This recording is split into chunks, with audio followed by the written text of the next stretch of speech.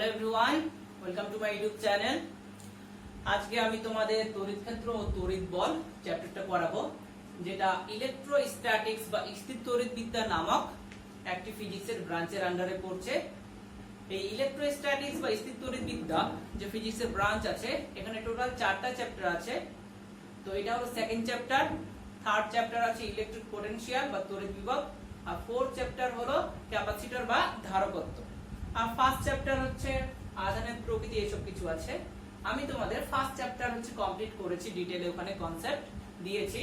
তো যাদের যাদের হয়নি সেই ভিডিওটা কিন্তু আমি ইউটিউবে দিইনি সেই চ্যাপ্টারের। তো যাদের হয়নি তোমরা কমেন্ট বক্সে লিখবা, যদি প্রয়োজন পড়ে তাহলে অবশ্যই আমি সেটা একটা ভিডিও বানাবো, কারণ সেই চ্যাপ্টারটা কিন্তু খুব ইম্পর্টেন্ট, মানে ওর কনসেপ্টটা বুঝতেই হবে, তবেই আমরা তড়িৎ ক্ষেত্র ও তড়িৎ বল সম্পর্কে জানতে পারবো যে এই চ্যাপ্টারটা কি করে আসলো এবং এখান থেকে আমরা কি কি বের করব, কি কি ইনফরমেশন আমরা এই চ্যাপ্টার থেকে জানতে পারবো সেকেন্ড চ্যাপ্টার থেকে। ফার্স্ট চ্যাপ্টার যদি তোমরা না পড়ে থাকো বা না যদি হচ্ছে বুঝে থাকো যাদের আমি পড়াইছি, তাহলে কিন্তু এই চ্যাপ্টারটা ক্লিয়ার হবে না। তো আমি শুরু করছি এই তড়িৎ ক্ষেত্র ও তড়িৎ বল। তার আগে আমি একটু বলে দিচ্ছি, এই যে ইলেকট্রোস্ট্যাটিক্স বা স্থির তড়িৎবিদ্যা, এর আন্ডারে আছে 4টা চ্যাপ্টার, টোটাল মার্কস আছে 8। আর আমি ফার্স্ট চ্যাপ্টারে তোমাদের পড়াইছিলাম তড়িদাদান সম্পর্কে, তড়িদাদান জিনিসটা কি, ইলেকট্রোস্ট্যাটিক্স ব্রাঞ্চটা কিভাবে আসলো, কেন আসলো এবং কিভাবে আমরা প্রয়োগ করব, কোথায় কোথায় অ্যাপ্লাই হয়। তারপর আমরা শিখেছিলাম কোয়ান্টাইজেশন কন্ডিশন বা আধানের কোয়ান্টায়ন, কোয়ান্টাইজেশন অফ চার্জ। তারপর আমরা শিখেছিলাম হচ্ছে বজ্রপাতের নীতি, কিভাবে বজ্রপাত হয়, কত ভোল্টেজ জেনারেট হয়, কত পরিমাণ কারেন্ট ফ্লো হয়। তারপর আমরা শিখেছিলাম lodge of conservation of charge বা আধানের সংরক্ষণ নীতি। আরো শিখেছিলাম যে আধানের প্রকৃতি বেসিক্যালি দুই রকম, একটা হচ্ছে কি নেগেটিভ আর একটা পজিটিভ, কিভাবে আসলো সেটারও এক্সপেরিমেন্ট আমি তোমাদের বোঝাইছিলাম। তারপর সেখান থেকে আমরা শিখেছিলাম যে ফোর্স হচ্ছে দুই রকম আধানের প্রকৃতি অনুযায়ী, একটা হচ্ছে অ্যাট্রাকটিভ ফোর্স বা আকর্ষণ প্রকৃতির বল, আর একটা রিপালসিভ ফোর্স বা বিকর্ষণ প্রকৃতির বল। তারপর আমরা মানে তোমাদের আমি পড়াইছি বা শেখাইছিলাম যে আধানের যে দুই রকম নেচার, একটা পজিটিভ আর একটা নেগেটিভ। তো দুটা সমজাতীয় আধান পরস্পরকে বিকর্ষণ করে, আর বিষমজাতীয় আধান পরস্পরকে আকর্ষণ করে বা অ্যাট্রাকশন করে। এই যে আকর্ষণ আর বিকর্ষণ কথাটা আসছে, আকর্ষণ মানে আকর্ষণ প্রকৃতির বল বা অ্যাট্রাকটিভ ফোর্স, আর বিকর্ষণ বলতে এখানে বোঝাচ্ছে বিকর্ষণ প্রকৃতির বল বা রিপালসিভ ফোর্স। ফোর্স কথাটা আসছে, ফোর্স একটা কি ফিজিক্যাল কোয়ান্টিটি বা ভৌত রাশি। যে কোনো ভৌত রাশিকে মেজারমেন্ট করতে গেলে কি দরকার, অ্যাকচুয়ালি কি সূত্র দরকার, থিওরি দরকার। থিওরি না জানতে পারলে আমরা তাকে মেজারমেন্ট করতে পারবো? কখনোই না। তো এই যে অ্যাট্রাকটিভ ফোর্স আর রিপালসিভ ফোর্স, এটাকে মেজারমেন্ট করেছিল কুলম্ব নামে একজন সায়েন্টিস্ট, এবং পুরোপুরি একটা অ্যাজাম্পশন দিয়েছিল, মনে করেছিল। তারপর এক্সপেরিমেন্টাল ডেটা আর অ্যাজাম্পশন ডেটা মিলে গেছিল, তার মানে কি তার থিওরিটা ঠিক। বাট এই যে কুলম্বের সূত্র, এটা শুধুমাত্র মাইক্রোস্কোপিক সিস্টেমের ক্ষেত্রেই প্রযোজ্য।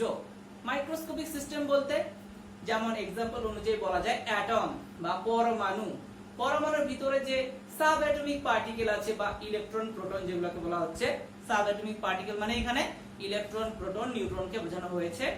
তো এই সাব অ্যাটমিক পার্টিকেল কার মধ্যে আছে? একটা মাইক্রোস্কোপিক সিস্টেমের মধ্যে। তো এদের মধ্যবর্তী দূরত্ব যদি 10⁻⁻15 মিটার রেঞ্জের মধ্যে হয়, দুটো পার্টিকেল, অবশ্যই এখানে পার্টিকেল বলতে আধান যেন হয়, মানে আধান প্রকৃতির যেন হয়, মানে তাদের যেন আধান থাকে, আহিত ব্যাপারটা থাকবে। তো তাদের মধ্যবর্তী ডিসটেন্সটা যদি 10⁻⁻15 মিটার হয়, মানে আর এর মানটা যদি এরকম অর্ডারে পাওয়া যায় 10⁻⁻15 মিটার, তবেই আমরা কুলম্বের সূত্রটা অ্যাপ্লাই করতে পারবো, আদারওয়াইজ কিন্তু পারবো না। মাইক্রোস্কোপিক অবজেক্ট যেমন আমরা আছি, আমাদের ক্ষেত্রে আমরা যতই আহিত হই না কেন, আমাদের ক্ষেত্রে কুলম্বের সূত্র অ্যাপ্লাই করতে পারবো না, কারণ কুলম্বের সূত্র প্রয়োগ করতে পারবো তবেই যদি হচ্ছে এই রেঞ্জের মধ্যে দুটো বস্তুর মধ্যে দূরত্ব থাকে। 10⁻⁻15 মিটার মানে পয়েন্টের পর 15টা শূন্য, মানে আর এর মানটা কি শূন্য না, কিন্তু শূন্যের কাছাকাছি বা টেন্স টু 0 যেটাকে বলা হচ্ছে। কিন্তু আমাদের মধ্যে দূরত্ব টেন্স টু 0 কখনো হয়, এক্ষেত্রে আমরা অ্যাপ্লাই করতে পারবো না। মুদ্রা কথা হলো মাইক্রোস্কোপিক জগতের ক্ষেত্রে যদি এরকম রেঞ্জের মধ্যে হয় দুটো পার্টিকেল, অবশ্যই আহিত, তবেই আমরা কুলম্বের সূত্র প্রয়োগ করতে পারবো, আদারওয়াইজ পারবো না। তো কুলম্বের সূত্র জিনিসটা কি সেটাতে আমি এখন বলছি। কুলম্বের সূত্র, কুলম্বস ল।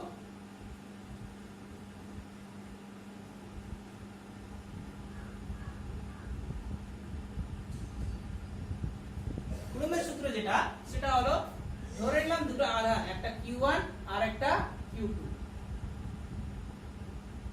এই দুটো আধান পরস্পর কি একটা নির্দিষ্ট দূরত্ব আছে, সেটা কি r। তার আগে আমার একটা কথা বলার আছে এখানে, এই যে দুটো আধান, এই আধানগুলো হবে পয়েন্ট চার্জ। পয়েন্ট কেন বলা হচ্ছে, মনে করো এটা একটা কি অ্যাটম, অ্যাটমের মধ্যে হচ্ছে কি একটা আধান আছে, বিভিন্ন অরবিটে হচ্ছে কি ইলেকট্রন ঘুরে বেড়ায়। ইলেকট্রনের ক্ষেত্রে বলছি যে ইলেকট্রন কি একটা পার্টিকুলার অরবিটে ঘুরছে। এবার ইলেকট্রন একটা কি আহিত কণা, পুরো অ্যাটম এর সাপেক্ষে এই ইলেকট্রনটা কি বলতে পারি আমরা, পয়েন্ট বলতে পারি। পুরো এই যে মহাবিশ্ব বা ইউনিভার্স, এই ইউনিভার্সের সাপেক্ষে আমাদের পৃথিবী কি একটা বিন্দু বা পয়েন্ট। এই জন্য পুরো ইউনিভার্সের সাপেক্ষে আমরা পৃথিবীকে কি ধরতে পারি, একটা পয়েন্ট পার্টিকেল ধরতে পারি।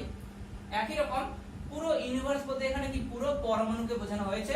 পুরো পরমাণুর সাপেক্ষে একটা ইলেকট্রনকে আমরা অবশ্যই ধরতে পারি কি পয়েন্ট চার্জ বা পয়েন্ট বিন্দু।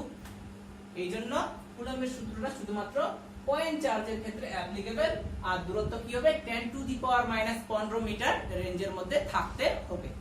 তো ধরে নিলাম দুটো পয়েন্ট চার্জ, একটা হলো Q1 আর একটা Q2, তারা মধ্যবর্তী কত দূরত্বে আছে, r দূরত্বে আছে। এদের প্রকৃতি আমি এখানে বলছি না, দুটাই পজিটিভ হতে পারে, দুটাই নেগেটিভ হতে পারে, অথবা এটা পজিটিভ এটা নেগেটিভ হতে পারে। এজন্য এখানে যে আমরা বলটা পাবো সেটা কি দুই রকম হবে, একটা আকর্ষণ হবে আর একটা বিকর্ষণ প্রকৃতির বল হবে। অ্যাট্রাকটিভ ফোর্স হবে আর রিপালসিভ ফোর্স হবে, যাদের ম্যাগনিটিউড কি সমান কিন্তু প্রপার্টিজ আলাদা, একটা কি অ্যাট্রাকটিভ আর একটা রিপালসিভ।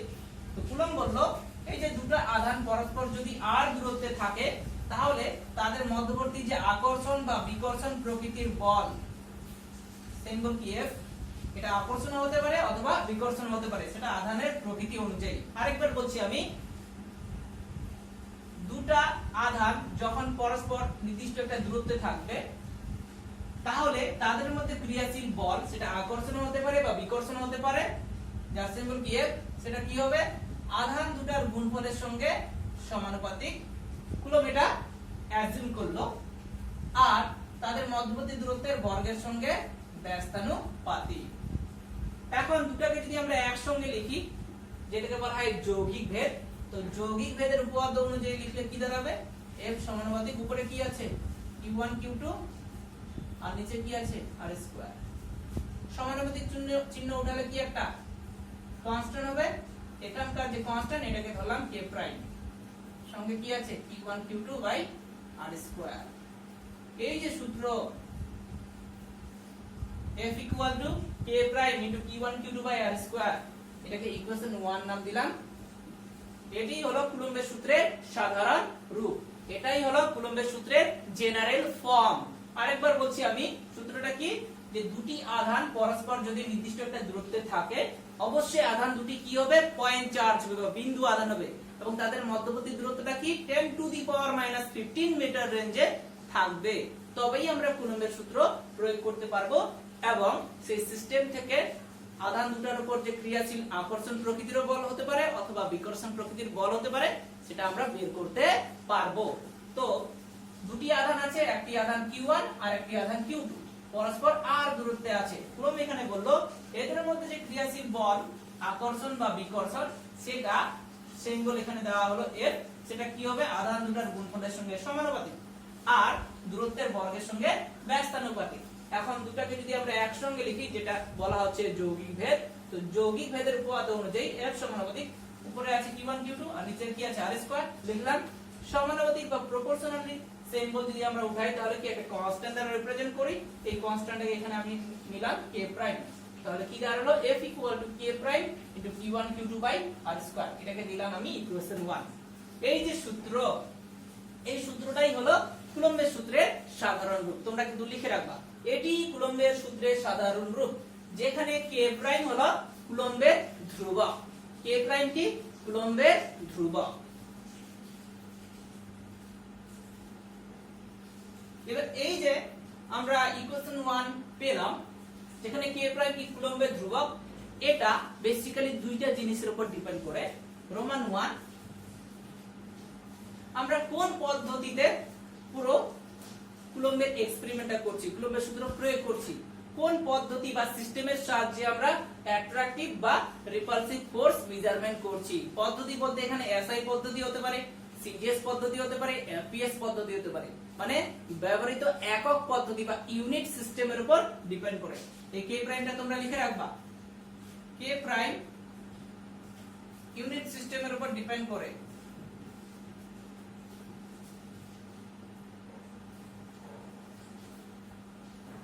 আরেকবার বলছি আমি, এই যে কুলম্বের ধ্রুবক, এই কুলম্বের ধ্রুবক দুটো জিনিসের উপর ডিপেন্ড করে। রোমান 1 ব্যবহৃত একক পদ্ধতি বা ইউনিট সিস্টেমের উপর ডিপেন্ড করে, সেটা এসআই হতে পারে, সিজিএস হতে পারে, এফপিএস হতে পারে। এটা রোমান 1 গেল। আর রোমান 2 হলো আমরা পুরো এক্সপেরিমেন্টটা কোন মিডিয়াম বা মাধ্যমে করছি, সেটা শূন্য মাধ্যম বা বায়ু মাধ্যম বা ফ্রি স্পেস সে করছি। শূন্য, বায়ু, ফ্রি স্পেস সব একই জিনিস। বা অন্য কোনো লিকুইড মিডিয়ামে করছি, না কোনো অন্য কোনো প্যারাফিন বলতে অভ্র মিডিয়ামে করছি, কারণ অভ্র একটা কি টোটালি একটা আলাদা মাধ্যম। তো আরেকবার বলছি, এই যে কুলম্বের ধ্রুবক, এটা কি একটা ইউনিট সিস্টেমের উপর ডিপেন্ড করে বা ব্যবহৃত একক পদ্ধতির উপর ডিপেন্ড করে। আর রোমান 2 কার উপর ডিপেন্ড করে, আমরা কোন মাধ্যমে পুরো এক্সপেরিমেন্টটা করছি, সেটা শূন্য মাধ্যম হতে পারে অথবা যে কোনো মাধ্যমে হতে পারে। তোমরা কিন্তু লিখে রাখবা, কারণ আমার কালি নেই ঠিকঠাক, বাইরেও বেরোনো যাচ্ছে না, কারণ খুব পরিস্থিতি খারাপ। তো লিখে রাখবা হলো। এবার এই যে কে প্রাইম দুটো জিনিসের উপর ডিপেন্ড করছে, একটা ব্যবহৃত একক পদ্ধতি বা ইউনিট সিস্টেম আর একটা কোন মাধ্যম, সেখান থেকে আমরা কুলম্বের সূত্রের ফর্ম বা অরিজিনাল রূপটা বের করব। এখানে আমি ধরলাম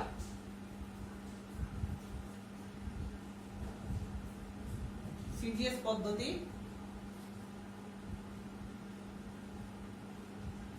ক্ষেত্রে আর মাধ্যমটাকেও ইনক্লুড করতে হবে। ইউনিট সিস্টেম কি ধরলাম, সিজিএস পদ্ধতি, আর মাধ্যম ধরলাম যে কোনো মাধ্যম।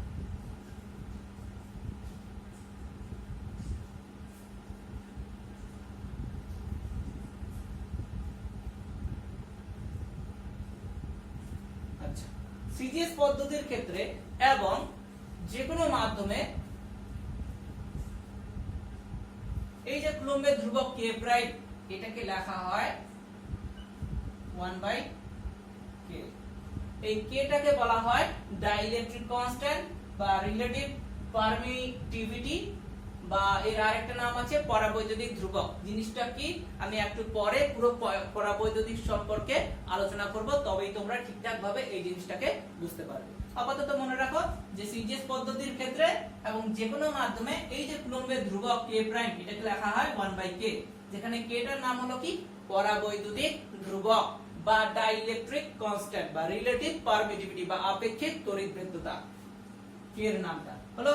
তাহলে এই ইকুয়েশনে বসাই 1 নং সমীকরণে, এটা তো জেনারেল সমীকরণ, এখানেই আমরা সব বসিয়ে পাবো ফর্মটা বা গঠনটা।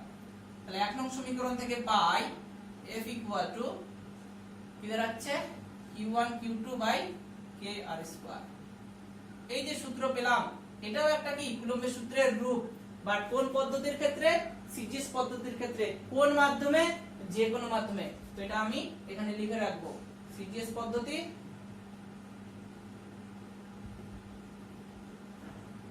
এবং যে কোনো মাধ্যম। ক্লিয়ার হলো? এবার আমাদের হাতে আছে শুধুমাত্র যে কোনো মাধ্যম হবে তা তো না, বায়ু মাধ্যম হতে পারে। আরেকবার করছি আমি, সিজিএস পদ্ধতির ক্ষেত্রে যে কোনো মাধ্যমে করলাম, এবার সিজিএস পদ্ধতির ক্ষেত্রেই আমি করব বায়ু মাধ্যমে। তাহলে কি হচ্ছে, এটা মুছে দিচ্ছি। সিজিএস পদ্ধতি কন্টিনিউ আছে, এর আন্ডারে যে কোনো মাধ্যম, আর একবার হচ্ছে বায়ু মাধ্যম। মনে রাখবে এই বায়ু মাধ্যমে k এর মানটা হলো 1। কি করে আসলো, ওই বললাম পরাবৈদ্যুতিক সম্পর্কে আলোচনা করব, সেখানেই তোমরা বুঝতে পারবে। তাহলে এই কোশ্চেনে বসাই, তাহলে F ইকুয়াল টু কি দাঁড়ালো Q1 Q2 by R square. এটা কি সিজিএস পদ্ধতি।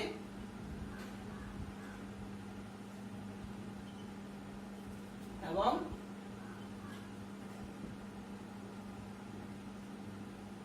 বায়ু মাধ্যম।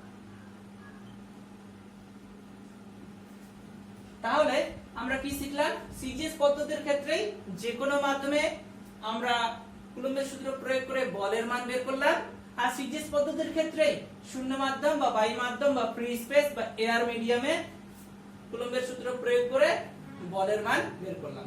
মাথায় রাখবে তোমরা, সিজিএস পদ্ধতির ক্ষেত্রে যে কোনো মাধ্যমে বলের ফর্মুলা হলো এটা। এই একটা বলা কুলম্বিয়ান ফোর্স, আর এর একটা নাম আছে ইলেকট্রোস্ট্যাটিক ফোর্স বা স্থির তাড়িতিক বল। তোমরা কিন্তু লিখে রাখবে ইলেকট্রোস্ট্যাটিক ফোর্স বা স্থির তাড়িতিক বল এফ সিজিএস পদ্ধতি। এবং যে কোনো মাধ্যমে q1 q2 by k r square, আর বায়ু মাধ্যমে k এর মান q1, তাহলে দাঁড়ালো ফর্মটা কি q1 q2 by r square. এটা পুরোটাই হচ্ছে সিজিএস পদ্ধতির ক্ষেত্রে হলো যে কোনো মাধ্যমে আর বায়ু মাধ্যমে। এবার আমরা করব এসআই পদ্ধতিতে, আবার কি যে কোনো মাধ্যমে বায়ু মাধ্যমে। কেন? কারণ কুলম্বিয়ান ধ্রুবক k প্রাইম কি কি জিনিসের উপর ডিপেন্ড করে? ইউনিট সিস্টেমের উপর আর ব্যবহৃত মাধ্যমের উপর। মানে ইউনিট সিস্টেম বলতে কি সিজিএস আর এসআই, আমি এপিএস টা করছি না। আর মাধ্যমে এখানে কি আমি দুই রকম ইনক্লুড করছি, একটা কি বায়ু মাধ্যম আর একটা কি যে কোনো মাধ্যম। তাহলে পুরোপুরি কয়টা সূত্র দাঁড়াবে? চারটা। সিজিএস পদ্ধতির ক্ষেত্রে যে কোনো মাধ্যমে দাঁড়ালো, আর বায়ু মাধ্যমে শূন্য মাধ্যমে দাঁড়ালো। আবার একই রকম করব এসআই পদ্ধতির ক্ষেত্রে বায়ু মাধ্যমে আর যে কোনো মাধ্যমে। তো করছি।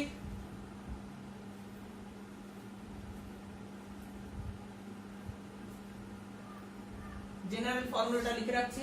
1 নং সমীকরণ যেটা দিয়েছিলাম, F = q1 q2 by r square, সঙ্গে উপরে গুণ ছিল k প্রাইম।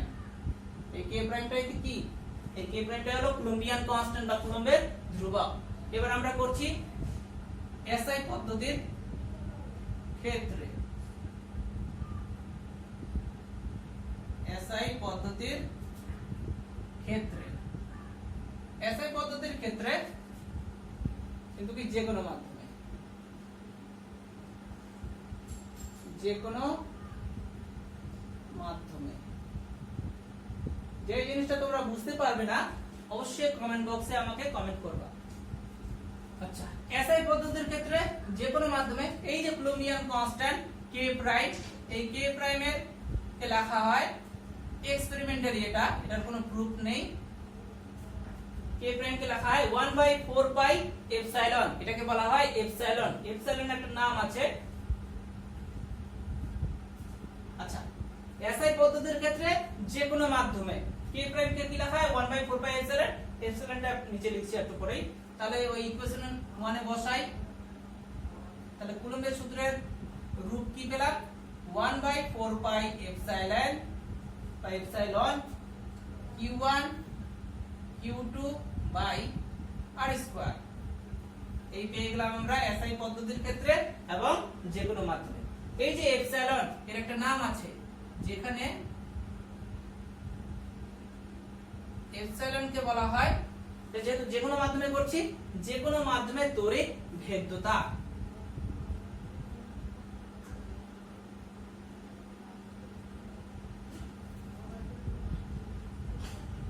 যে কোনো মাধ্যমে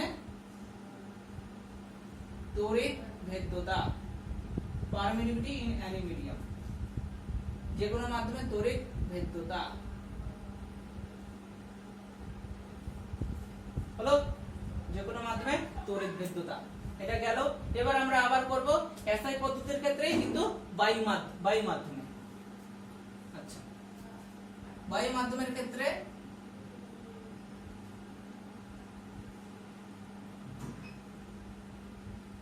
বায়ু মাধ্যমের ক্ষেত্রে এই যে এপসাইলন, এই এপসাইলনটাকে লেখা হয় এরকম এপসাইলন নট বা এপসাইলন সাফিক্সের 0, একই জিনিস। তাহলে এখানে বসাই, কি দাঁড়াচ্ছে? F = এখানে শুধুমাত্র হবে 1/4 পাই এপসাইলন নট বা epsilon 0 q1 q2 by r square. এই হলো এসআই পদ্ধতির ক্ষেত্রে এবং বায়ু মাধ্যমে কুলম্বের সূত্রের রূপ, যেখানে এপসাইলন 0 টাকে বলা হয় শূন্য বা বায়ু মাধ্যমে তড়িৎ ভেদ্যতা। এই হলো কুলম্বের সূত্রের চারটা রূপ। সিজিএস পদ্ধতির ক্ষেত্রে যে কোনো মাধ্যম এবং বায়ু মাধ্যম, এসআই পদ্ধতির ক্ষেত্রে যে কোনো মাধ্যম এবং বায়ু মাধ্যম। তো তোমরা চারটাই মনে রাখবে, কারণ অঙ্ক করতে হবে, না হলে কিন্তু অঙ্ক ঠিকঠাক করতে পারবে না। এই যে এপসাইলন বললাম, তড়িৎ ভেদ্যতা। তড়িৎ ভেদ্যতা কি? তড়িৎ ভেদ্যতা হলো এমন একটা ফিজিক্যাল কোয়ান্টিটি বা ফিজিক্যাল প্রপার্টিজ যার দরুন আমরা বলতে পারবো যে পুরো যে এক্সপেরিমেন্ট করছি, যে এক্সপেরিমেন্টের দরুন আমরা কি বের করছি, কুলম্বিয়ান ফোর্স বা বল, স্থিতারিতিক বল। তো স্থিতারিতিক বল যে বের করছি একটা নির্দিষ্ট মাধ্যমে কিনা, সেই মাধ্যমকে রিপ্রেজেন্ট করার জন্য আমরা একটা ফিজিক্যাল কোয়ান্টিটি বা ভৌত রাশি ইনক্লুড করছি। এই ভৌত রাশিটাকেই বলা হয় এপসাইলন, যার নাম হলো তড়িৎ ভেদ্যতা। আরেকবার বলছি, তড়িৎ ভেদ্যতা হলো এমন একটা ভৌত রাশি বা ফিজিক্যাল কোয়ান্টিটি যেটা কি রিপ্রেজেন্ট করে, একটা মাধ্যমকে রিপ্রেজেন্ট করে, এবং সেই মাধ্যমেই আমরা কি বের করছি, কুলম্বের সূত্র প্রয়োগ করে বল বের করছি। সেটা আকর্ষণ প্রকৃতিরও হতে পারে অথবা বিকর্ষণ প্রকৃতিরও হতে পারে। মানে পাতি নিয়মে যদি তোমরা, মুদ্রা কথায় আমি বলছি, পাতি নিয়ম বলতে একভাবে মানে তোমরা মনে রাখবে সহজে, পাতি নিয়ম মানেই সহজে। তো এপসাইলন কে বলা হচ্ছে এখানে তড়িৎ ভেদ্যতা মানে মাধ্যম। ক্লিয়ার? এবার এই জিনিসটা তো হলো।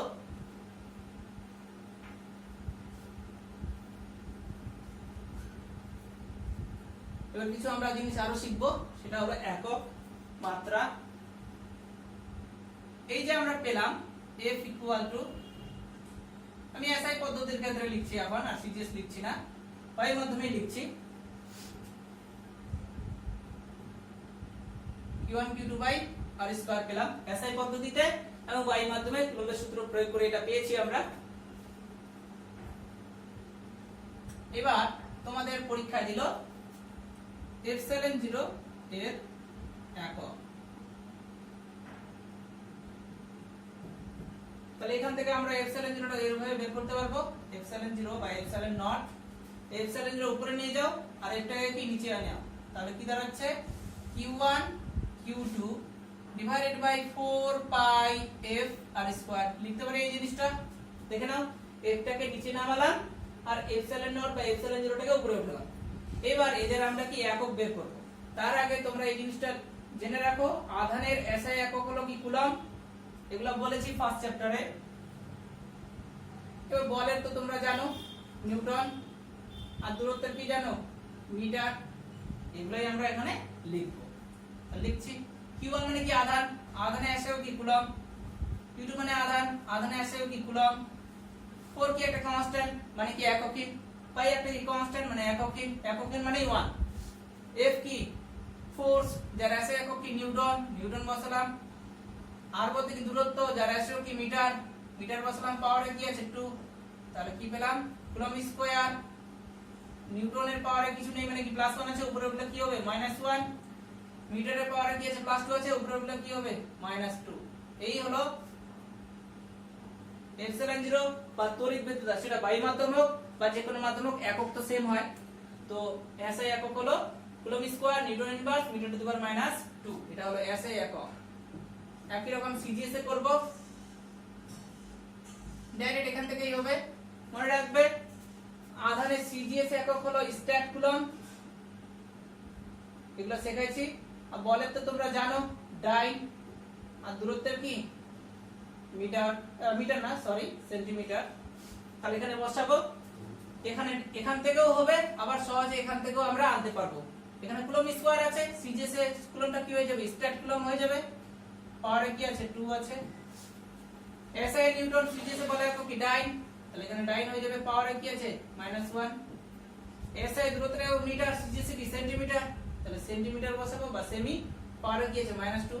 তাহলে এটা হলো সিজিএস পদ্ধতিতে তড়িৎ ভেদ্যতার একক, আর এটা এসআই পদ্ধতি। তোমরা কিন্তু লিখে নাও।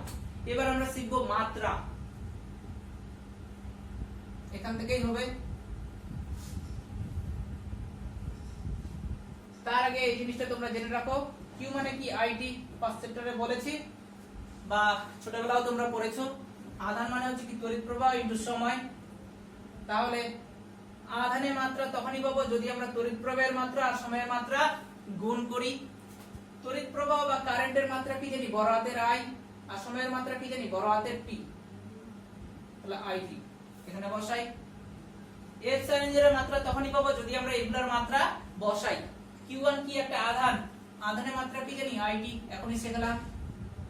q2 মানে কি একটা আধান, আধানের মাত্রা কি it ডিভাইডেড বাই 4 একটা কনস্ট্যান্ট মানে কি ডাইমেনশনলেস বা মাত্রাহীন, পাই একটা কনস্ট্যান্ট মানে ডাইমেনশনলেস বা মাত্রাহীন, ফোর্স মানে কি বল, বলের মাত্রা কি জানি ml 10⁻², আর বলতে কি দূরত্ব, দূরত্বের মাত্রা কি জানি l, পাওয়ারে কি আছে 2, তাহলে কাটাকাটি করি দেখা যাক কি হচ্ছে। m এর পাওয়ারে কিছু নেই মানে +1, উপরে উঠলে কি হবে -1, l * l স্কয়ার মানে কি l কিউব, উপরে উঠলে -3, t⁻² আছে এখানে কি t * t মানে t স্কয়ার, আর নিচে t⁻², -2 উপরে উঠলে কি +2 মানে কি +4, t⁴ i * i মানে কি i স্কয়ার। এই হলো তড়িৎ ভেদ্যতার মাত্রা, সেটা পরিমাধ্যমক অথবা যে কোনো মাধ্যমক, কারণ মাত্রা একক এগুলা তো হচ্ছে কি একই হয়, যে কোনো মাধ্যম বায়ু মাধ্যম বা মাধ্যমের উপর ডিপেন্ড করে না। এই হলো মাত্রা, একটু আগে শিখলাম একক এর মান আছে, মানটাও এক্সপেরিমেন্টাল ডেটা, প্রুফ নেই, সেগুলো বড় ক্লাসে আছে। এপসাইলন জিরো এর মান হলো শূন্য মাধ্যমে তড়িৎ ভেদ্যতা বা পারমিটিভিটি ইন ফ্রি স্পেস, শূন্য মাধ্যম বায়ু মাধ্যম এয়ার মিডিয়াম সব একই জিনিস। এর মান হলো এসআই পদ্ধতিতে 8.854, মুখস্থ রাখবা না হলে কিন্তু অঙ্ক করতে পারবে না, ইনটু 10⁻²। এর এসআই একক কি পেলাম coulomb square, newton inverse m²। কারো যদি একক মনে না থাকে তো এসআই একক। এই হলো শূন্য মাধ্যমে তড়িৎ ভেদ্যতার মান সম্পর্কে ইনফরমেশন। ক্লিয়ার? এবার যে জিনিসটা আমরা শিখব, এখানে দেখো তোমরা শূন্য মাধ্যমে এটা আমরা কি লিখেছি, পুরো কুলম্বের সূত্র প্রয়োগ করে বের করেছি শূন্য মাধ্যমে এবং এসআই পদ্ধতিতে। কুলম্বের সূত্রের ফর্মুলা F = 1/4πε0 q1 q2/r²। এখানে যে 1/4πε0 ডেটাটা আছে এর একটা পার্টিকুলার মান আছে, এই মানটা হলো মুখস্থ রাখো তোমরা। এখানে যদি আমরা ক্যালকুলেটরে দাবাই 1/4 * π * ε0 ভ্যালু একটু আগে লিখলাম, তাহলে বসালে যে ভ্যালুটা পাওয়া যায় 9 * 10⁹। এরও একটা একক হবে, ε0 এককটা যদি নিচে বসাই দেখে নাও তোমরা, এখানে লিখছি 1/4πε0 একক বের করব, 1/4 তো কনস্ট্যান্ট মানে কি এককে, পাই তো কনস্ট্যান্ট মানে এককে, ε0 একক কি পেলাম coulomb square, newton inverse m²। এটা যদি উপরে ওঠে তাহলে কি হচ্ছে coulomb m², Newton metre square. তাহলে এটা এখানে আমরা বসাবো কুলম্ব m²। আর সিরিজ গুলো আমি করাচ্ছি না, তোমরা ম্যাক্সিমাম অঙ্ক প্রায় 90% এসআই পদ্ধতিতেই করবে, তাহলে সুবিধা হয়। আর না হলে সিরিজে করলে আমাদের হচ্ছে এই করতে হবে, সিস্টেমগুলোকে চেঞ্জ করতে হবে। তাহলে এই হলো। আচ্ছা, এবার এখান থেকে আমরা আরেকটা খুব সুন্দর টপিক পড়ব, সেটা হলো এই যে আমরা বের করলাম দুটো আধান পয়েন্ট চার্জ, অবশ্যই দুটো বিন্দু আধান নির্দিষ্ট একটা দূরত্বে যখন থাকছে, সেই বিন্দু আধান দুটি বিষম আধান হতে পারে আবার সম আধান হতে পারে। যদি দুটো একটা পজিটিভ একটা নেগেটিভ হয় তাহলে কি আকর্ষণ প্রকৃতির, দুটাই যদি পজিটিভ বা দুটাই যদি নেগেটিভ হয় তাহলে কি বিকর্ষণ প্রকৃতির। সেখান থেকে আমরা কি বের করলাম, এখনই কুলম্বের সূত্র প্রয়োগ করে অ্যাট্রাকটিভ ফোর্স আর রিপালসিভ ফোর্স বা আকর্ষণ প্রকৃতির বল বা বিকর্ষণ প্রকৃতির বল। এই যে বল বের করছি আকর্ষণ প্রকৃতির আবার বিকর্ষণ প্রকৃতির, আমরা ক্লাস 11 এ শিখেছি বল একটা কি ভেক্টর রাশি যার মান আছে আবার অভিমুখ বা ডাইরেকশন আছে। তাহলে এই জিনিসটাকে কিভাবে করা যায় একটু আমি দেখছি ভিডিওটা চলছে কিনা। চলছে তো এটা শেখাচ্ছি, মানে এর ভেক্টর রূপ বের করব যেটাকে বলা হচ্ছে, কারণ এটা যেহেতু একটা ভেক্টর রাশি। তোমরা 11 এ শিখেছো, যারা আমার কাছে পড়েছো তারা তো শিখেছো, আর যারা পড়োনি তারাও জেনে রাখো। যে কোনো ভেক্টর মানে কি মান ইনটু অভিমুখ। যে কোনো ভেক্টরের সার্টেন একটা কি ম্যাগনিটিউড থাকে বা মান থাকে, আবার কি অভিমুখ থাকে। সেই অভিমুখটাকে কি বলা হয় ইউনিট ভেক্টর বা একক ভেক্টর। একক ভেক্টরের সিম্বল কি n ক্যাপ। যে কোনো ভেক্টর মানে কি মান ইনটু অভিমুখ, ইনটু বলতে কোনো ডটও না কোনো ক্রসও না, এটা জেনারেল ফর্ম ছিল, রূপ ছিল। এখানে যে কোনো ভেক্টর বলতে কি বল, কারণ আমরা কি বল বের করছি, বল একটা কি ভেক্টর রাশি। তাহলে এই ভেক্টরের জায়গায় শুধু আমরা কি লিখবো এ ভেক্টর তার মান কি f আর অভিমুখী n ক্যাপ। এই ফিগারটাকে আমি একটু প্লট করছি, এটা যেটা আমরা পেলাম কোন ফিগার থেকে, q1 একটা পয়েন্ট চার্জ, q2 একটা পয়েন্ট চার্জ, কত দূরত্বে আছে r দূরত্বে। এখানে তোমরা একটু দেখো, দূরত্বের মান যত বাড়বে বলের মান তত কি কমবে, ব্যস্তানুপাতিক না? দূরত্বের মান যত বাড়াবো তার স্কয়ার আছে মানে কি আরো র‍্যাপিডলি কি ইনক্রিজ হবে, তাহলে বলের মানটা কি র‍্যাপিডলি কি ডিক্রিজ হবে। তাহলে দূরত্বের মান যত বাড়বে দুটো বিন্দু আধান বা পয়েন্ট চার্জের মধ্যে, তাদের মধ্যে ক্রিয়াশীল বলের মানটাও তত কি কমবে। দূরত্বের মান যত কমবে বলের মান তত কি বাড়বে। তাহলে এই যে বলের মানটা চেঞ্জ হচ্ছে কোন বরাবর, দূরত্ব বরাবর, দূরত্ব বরাবরই চেঞ্জ হচ্ছে, মানে এই বরাবরই চেঞ্জ হচ্ছে দূরত্ব বরাবর। এই যে r কে কি বলা হয় অ্যাকচুয়ালি পজিশন ভেক্টর বা অবস্থান ভেক্টর। তোমরা ক্লাস 11 এ শিখেছো যে পজিশন ভেক্টরের ক্ষেত্রে যে ইউনিট ভেক্টর n ক্যাপ সেটাকে লেখা হয় r ক্যাপ। তাহলে এখানে n ক্যাপের জায়গায় আমরা কি বসাবো, r ক্যাপ। অতএব আমি বড় করে লিখছি জিনিসটাকে,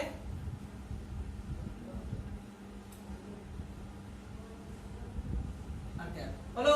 এবার s মানে কি এটা বসাই, q1 q2 by r square পরে r ক্যাপ। এই যে জিনিসটা লিখলাম এটাই হলো কুলম্বের সূত্রের ভেক্টর রূপ। বইয়ের মধ্যে টোটালি একটু আলাদা আছে, সেটা একটু কঠিন, এটা একটু ইজি। এটা হচ্ছে একটা কুলম্বের সূত্রের ভেক্টর রূপ বা ভেক্টর ফর্ম। আরেকটাও করা যায় এখান থেকে, তোমরা এই জিনিসটাও শিখেছো যে r ক্যাপ মানে কি r ভেক্টর বাই r। কোথা থেকে আসলো, এই যে এখান থেকেই। এই ভেক্টর যদি a n ক্যাপ হয় তাহলে n ক্যাপ মানে কি a ভেক্টর বাই a, মানে ইউনিট ভেক্টর মানে কি যে কোনো ভেক্টর ডিভাইডেড বাই তার মান। দেখো n ক্যাপ ইকুয়াল টু কি হবে a vector by a vector মানে কি যে কোনো ভেক্টর আর a মানে কি তার মান। তো r ক্যাপ মানে কি যে কোনো ভেক্টর ডিভাইডেড বাই কি তার মান হবে। r কোথা থেকে আসছে, পজিশন ভেক্টর থেকে, তাহলে r ক্যাপ মানে কি position vector divided by position ভেক্টরের মান। পজিশন ভেক্টর মানের সিম্বল কি r, আর পজিশন ভেক্টরের সিম্বল কি r ভেক্টর। তাহলে r ক্যাপ মানে কি r ভেক্টর বাই r, এখানে বসাও। তাহলে a ভেক্টর ইকুয়াল টু কি দাঁড়াচ্ছে 1 by 4 pi epsilon not by epsilon 0 q1 q2 divided by r square. এখানে কি r cap sorry r vector by r, পরের লাইনে গুণ করো, তাহলে কি দাঁড়াচ্ছে 1 by 4 pi epsilon 0 by epsilon not q1 q2 by r cube r vector.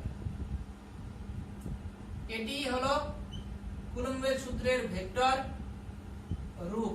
লিখে দিচ্ছি এখানে ভেক্টর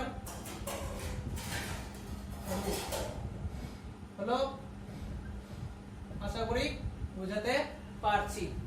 ক্লিয়ার? এবার কি আছে একটু দেখি। কুলম্বের সূত্রের ভেক্টর রূপ হলো, আচ্ছা, বাট এটা অ্যাকচুয়াল ডায়াগ্রাম না, অ্যাকচুয়াল ডায়াগ্রাম আছে, সেই জিনিসটা আমি এখনই করাবো। হলো, এবার যে জিনিসটা আমরা শিখবো সেটা হলো, পরীক্ষায় কিন্তু খুব ইম্পর্টেন্ট, পরীক্ষার জন্য থাকে যে প্রমাণ করো কুলম্বের সূত্র প্রয়োগ করে নিউটনের তৃতীয় সূত্র, প্রত্যেক ক্রিয়া সমান ও বিপরীত প্রতিক্রিয়া আছে, এবং ক্রিয়া এবং প্রতিক্রিয়া কি সমান এবং বিপরীত মুখী, অ্যাকশন এবং রিঅ্যাকশন ইকুয়াল এন্ড অপোজিট। এটা আমরা প্রুফ করব। বলবে যে প্রমাণ করো কুলম্বের সূত্র প্রয়োগ করে নিউটনের তৃতীয় গতি সূত্র। তাহলে তোমরা হেডলাইনটা লিখে দাও, প্রমাণ করো কুলম্বের সূত্র প্রয়োগ করে নিউটনের তৃতীয় গতি সূত্র। এবারে একটু আগে আমি বললাম যে q1 এবং q2 নির্দিষ্ট যে দূরত্বে আছে সেটা অ্যাকচুয়াল ডায়াগ্রাম না। তাহলে অ্যাকচুয়াল ডায়াগ্রাম কি হতে পারে সেটা আমি শেখাচ্ছি। যে কোনো, তার আগে আমি একটা জিনিস বলছি, যে কোনো জিনিস মেজারমেন্ট করতে গেলে কি চুজ করতে হয়, অরিজিন। সাপোজ এই পেনের লেন্থ মাপবো আমি, এই পেনের লেন্থ বললাম কি 2 মিটার, যদিও 2 মিটার না, ধরলাম 2 মিটার। তাহলে 2 মিটার, এটা কি 0 ধরবো, এটা কি 2 ধরবো, বা এটা 0 ধরবো, এটা কি 2 ধরবো। তাহলে যে কোনো জিনিসকে মেজারমেন্ট করতে গেলে আমাদের কি ফিক্সড করতে হয়, একটা অরিজিন ফিক্সড করতে হয়। ক্লিয়ার? তো এই যে এখানে q1 এবং q2 দুটাতে চার্জ পার্টিকেল আছে, এই চার্জ পার্টিকেল q1 একটা নির্দিষ্ট জায়গায় আছে, q2 একটা কি নির্দিষ্ট জায়গায় আছে, নির্দিষ্ট একটা জায়গায় আছে, অবস্থানে আছে, মানে কি অবস্থান ভেক্টর বা পজিশন ভেক্টর তার থাকবে, বাট ফিগারের মধ্যে কোথাও কিন্তু দেখানো হয়নি। তার অ্যাকচুয়াল ডায়াগ্রামটা আমি প্লট করে দেখাচ্ছি তোমাদের।